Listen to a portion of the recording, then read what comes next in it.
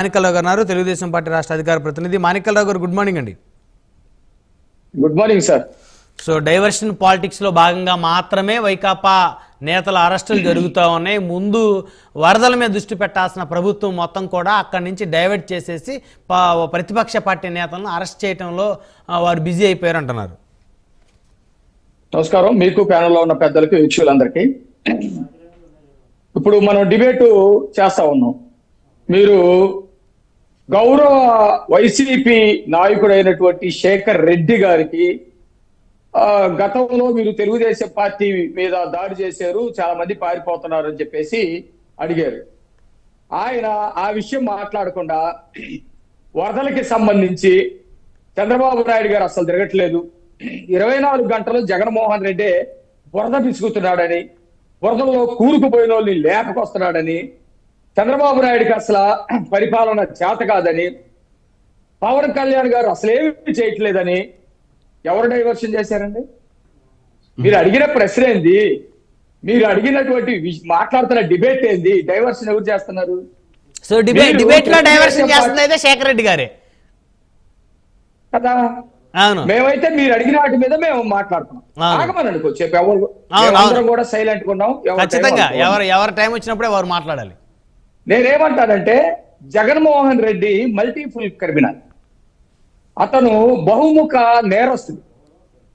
మేము జనరల్ గా జేబులు కొట్టేవాళ్ళలాగా, ఇళ్లలో దొరబడి దొంగతనం చేసేవాడు, ఇళ్లలో తిరిగి దొంగతనం చేసేవాళ్ళలాగా, రోడ్ల మీద కరెంటు వైర్లు ఎత్తుకెళ్లేవాళ్ళలాగా, ఇంకొకళ్ళలాగా ఉంటాడు.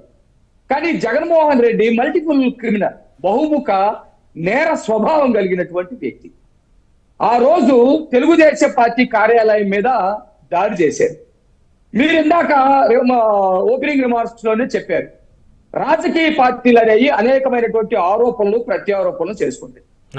మీరు అధికారంలో ఉన్నప్పుడు మీరేం చేయాలి అంటే, ప్రజాస్వామ్యబద్ధంగా ప్రతిపక్షాలు ఏమైనా ఆరోపణలు చేస్తే మీరు కూడా దానికి సమాధానం చెప్పాలి.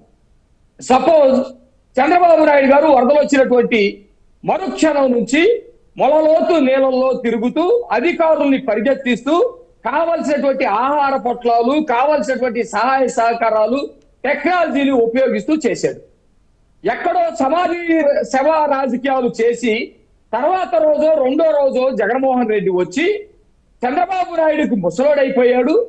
ఆయన ఇంటి మీద నీళ్లు పడతా ఉంటే ఆ నీళ్లని పక్కదారి పట్టించడం కోసం, బుడమేరు నీళ్లు పక్కదారి పట్టించడం కోసం చేశాడు. చంద్రబాబు నాయుడు వృద్ధుడై ఇంట్లో ఉండి నిద్ర పట్టక చేస్తున్నాడు అని చెప్పాడు. మేమేమనాలి? జగన్మోహన్ రెడ్డి లాగైతే ఏమనాలి? కాల్చి పడేసేయండి, మా వాళ్ళకి బీపీలు వస్తున్నాయి, అసలు రోడ్డు మీదకి రానివ్వదు. ఎందుకు రోడ్డు మీదకి రానిచ్చారు? జనజీవన స్రవంతిలో ఇలాంటి వాళ్ళు కనుక తిరిగితే మానవ సంబంధాలు, ప్రత్యేకమైనటువంటి పరిస్థితుల్లో ఏర్పడినటువంటి సహాయ సహకారాలకి ఇబ్బంది అవుతుంది, ఇతన్ని కాల్చి పడేసేయండి అనాలి. కానీ మేము అట్లా మేమేమన్నామంటే, ఇతనికి బుడమేరు కాలువకి నదికి తేడా తెలియదు, అది తెలుసుకొని మాట్లాడాలి. ఇతని పాపం వల్లే బుడమేరు మొత్తం వైసీపీ వాళ్ళు కొట్టుకుపోవటం వల్లే జరిగింది, కాబట్టి తెలుసుకొని మాట్లాడండి అని చెప్పి చంద్రబాబు నాయుడు గారు మాట్లాడాలి. ఇదే విషయం నేను ఎందుకు ప్రస్తావిస్తున్నానంటే, ఎక్కడైతే తెలుగుదేశం పార్టీ కార్యాలయం మీద దాడి జరిగిందో, రౌడీ మూకలు ఎవరైతే వచ్చి కార్లు పగలగొట్టారో, రౌడీ మూకలు ఎవరైతే అద్దాలు పగలగొట్టారో, ఆఫీసులో ఉన్నటువంటి వాళ్ళని తలలు కాళ్ళు చేతులు ఎర్రగొట్టారో, తలలు పగలగొట్టారో, వాళ్ళందరూ కూడా ఆ విధంగా చేశారని మాట్లాడితే, ఈ మల్టిపుల్ క్రిమినల్ ఎవరైతే ఉన్నారో జగన్మోహన్ రెడ్డి అన్న మాట ఏందో తెలుసా? మీరు అలాంటి పట్టాభి లాంటి వాళ్ళు వ్యాఖ్యలు చేస్తే మా వాళ్ళకి బీపీలు రావా అన్నాడు. అంటే బీపీలు వస్తే ఏం చేయాలా? బీపీలు వస్తే అద్దాలు పగల కొట్టామనే, బీపీలు వస్తే తలలు పగల కొట్టమనే మీరు ఎందుకున్నారు ముఖ్యమంత్రిగా? చట్టాలు ఎందుకున్నాయి? తప్పు చేస్తే కేసు పెట్టండి. తప్పని భూషడికే అనే పదానికి డిక్షనరీలో అర్థం దొరకలేదంట. ఇతనికి చాలా పల్లెటూరులో భూషడికే అంటే అదే పనికి వాళ్ళోడా అని అర్థం. ఈయన స్వయాన ముఖ్యమంత్రి ఏమర్థం తీసుకొచ్చాడు అంటే, భూషడికి అంటే లంచ కొడుకు. ఆయన పదమంటే ప్లీజ్, నేను తప్పు మాట్లాడతలా. ఆనాడు జగన్మోహన్ రెడ్డి అన్న పదాన్ని నేను గుర్తు చేస్తున్నా. ఆ మాట అన్నాడు. ఆ మాట అంటే మా వాళ్ళకి బీపీలు రావా? ఒక ముఖ్యమంత్రి బీపీలు రావని మాట్లాడతాడా? రాజకీయ పార్టీల్ని ప్రత్యర్థులుగా చూడాలి. రాజకీయంగా ప్రజలకు మేలు చేస్తూ ప్రజలకు మేలు చేయడం ద్వారా ప్రజల మనసుల్లో స్థిరస్థానాన్ని సంపాదించుకోవాలా. ఒక రాజకీయ పార్టీనే లేకుండా చేయాలనుకోవటం, ఒక రాజకీయ ప్రత్యర్థినే లేకుండా చేయాలనుకోవటం. ఎన్నిసార్లు చంద్రబాబు నాయుడు గారి మీద దాడి చేయించారు?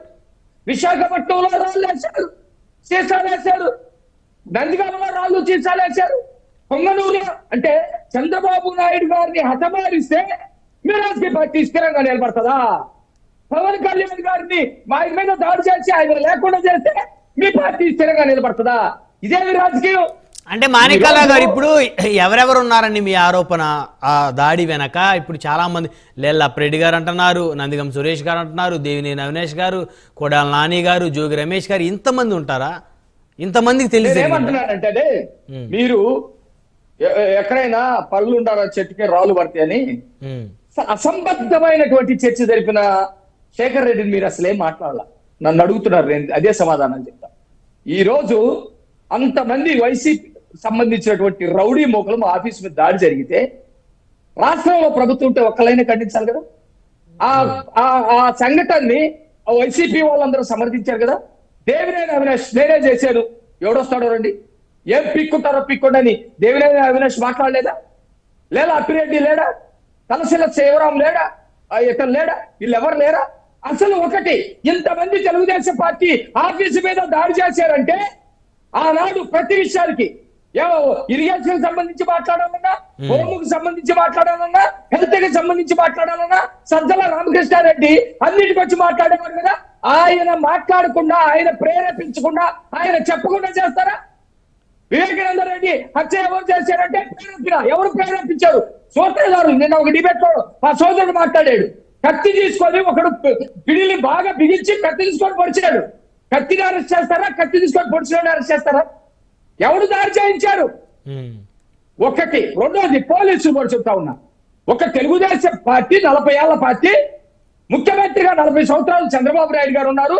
ఆయన ఇంటి మీద దాడి చేస్తారు, మా పార్టీ మీద దాడి చేస్తారు, కానీ ఎవరిని అరెస్ట్ చేయరు, పోలీసులు ఎవరిని అరెస్ట్ చేయరు. ప్రభుత్వం మారి మళ్ళీ మా ప్రభుత్వం వస్తే అరెస్టులు మొదలవుతున్నాయి. అంటే సామాన్యుల మీద దాడి జరిగిందనుకో, సామాన్యుల మీద రేపు జరిగిందనుకో, మరి సామాన్యుల మీద దాడి జరిగినప్పుడు, రేపు జరిగినప్పుడు, వాళ్ళని చంపినప్పుడు ఎప్పుడు అరెస్ట్ చేయాలి? అంటే వాళ్ళకు కూడా అనుకూలమైనటువంటి ఒక ప్రభుత్వం రావాలా? పోలీసులది తప్పు కాదా? ఈ రోజంతా డైవర్షన్ చేయటానికంట. ఏం డైవర్షన్ చేయటానికండి? ఒక పక్కన వరదల్లో చంద్రబాబు నాయుడు గారు ఈ రోజు వరకు తిరుగుతా ఉన్నారు, కేంద్ర బృందం వచ్చింది, లోకేష్ గారు తిరుగుతా ఉన్నారు. ఎంత విచిత్రం అంటే, వీళ్ళు మల్టీ క్రిమినల్స్ అని ఎందుకన్నానంటే, పవన్ కళ్యాణ్ గారు కూర్చొని సమీక్షలు చేస్తాడు, అధికారులు మొత్తానికి ఇన్స్ట్రక్షన్స్ ఇస్తాడు. ఆయన ప్రజల్లోకి రావాలని వీళ్ళు కోరుకుంటారంట. ఏమని? పవన్ కళ్యాణ్ గారు ప్రజల్లోకి రావాలి కదా. అంటే అక్కడ ఆయన రావాలి, అక్కడ ఆకలి దప్పులు మర్చిపోయి అక్కడ అందరూ కూడా అభిమానులు గుమిగూడతారు.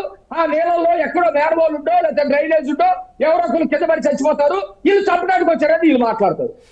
ఆయన బయటకు రావాలంటారు. చంద్రబాబు నాయుడు గారు వెళ్ళి వరదల్లో తిరుగుతా ఉంటే ఈయన ముసలాడు కదా, ఇళ్లలో అక్కడ ఇంట్లో నిద్ర పట్టుకొచ్చాడు, అసలు ఈయన ఎందుకు రావాలి, ఈయన ఇంట్లో కూర్చోవాలి కదా అని అంటారు. ఇది మల్టీ క్రిమినల్ కదా. అంటే వస్తేనేమో ఎందుకు వచ్చారంటారు, రాకపోతేనేమో ఎందుకు రాలేదంటారు. ఏంటి అంటే, వీళ్ళు ఒక రాజకీయ పార్టీగా వీళ్ళు పనికి రారు. రాజకీయాలు చంపటానికి, రాజకీయాలు ధనం పోగేసుకోవటానికి, రాజకీయాలు ప్రత్యర్థుల్ని తుదముట్టించడానికి ఉపయోగించినటువంటి వీళ్ళు బహుముఖ నేరగాళ్ళు. కాబట్టి ఎవరైతే తెలుగుదేశం పార్టీ కార్యాలయం మీద దాడి చేశారో, ఎవరైతే చంద్రబాబు నాయుడు గారి ఇంటి మీద దాడి చేశారో, వాళ్ళు ఏం చేయబోతున్నారు?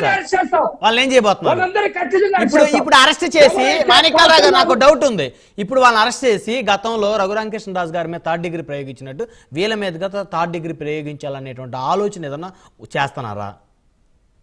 తెలుగుదేశం కూటమి ప్రభుత్వానికి ఇలాంటి నీచమైనటువంటి బుద్ధి ఉండదు. నిన్న కోర్టులో సబ్మిట్ చేస్తే నందిగాం సురేష్ ని మిమ్మల్ని ఎవరైనా పోలీసులు కొట్టారని చెప్పేసి అడిగారు. నన్ను ఏం కొట్టలేదండి అన్నాడు. కొట్టేవాడని చెప్పాడు కదా. అసలే అబద్ధాలు చెప్పే మనిషి వాస్తవానికి. అతను అబద్ధాలు చెప్పేటువంటి ఒక పిల్లని ఎరగాడు, కానీ అతనే చెప్పాడు స్వయంగా, నా మీద ఎవరు రాలేదు, మేము చట్ట ప్రకారం మాత్రమే చేస్తాము. ఎవరైతే పాత్రదారులు ఉన్నారో, ఎవరైతే సూత్రధారులు ఉన్నారో, మాకు దేవాలయం లాంటిదండి. మాకు దేవాలయం అంటే అవును. మా దగ్గరికి వచ్చే ప్రతి ఒక్క ప్రజలకి దేవాలయం లాంటిది. అవును పంచాయతీ అవును నుంచి పార్టీ జాతీయ ఆఫీస్ మీద దాడి చేసిన వాళ్ళనే శిక్షించలేకపోతే ఇక పార్టీ మీద ప్రజలకు నమ్మకం ఉండదు. మా ప్రజలకి ఏం సమాధానం చెప్తావు? ఖచ్చితంగా ఆ పార్టీ ఆఫీస్కి వెళ్తే దాడులు జరుగుతాయేమో మా మీద అనేటువంటి భయం ఉంటుంది. మళ్ళీ వస్తాను మీ దగ్గరికి. మనతోటి పంచకల సందీప్ గారు ఉన్నారు, జనసేన పార్టీ నాయకులు, అదేవిధంగా భీమిలి నియోజకవర్గం ఇన్ఛార్జ్. సందీప్ గారు, గుడ్ మార్నింగ్ అండి. గుడ్ మార్నింగ్ అండి బ్రహ్మనారాయణ గారు. అదేవిధంగా ప్యానెల్లో ఉన్న పెద్దలకి, మన ప్రైమ్ 90 ప్రేక్షకులందరూ కూడా నేను జనసేన పార్టీ తరఫున నమస్కారం తెలియజేస్తున్నాను.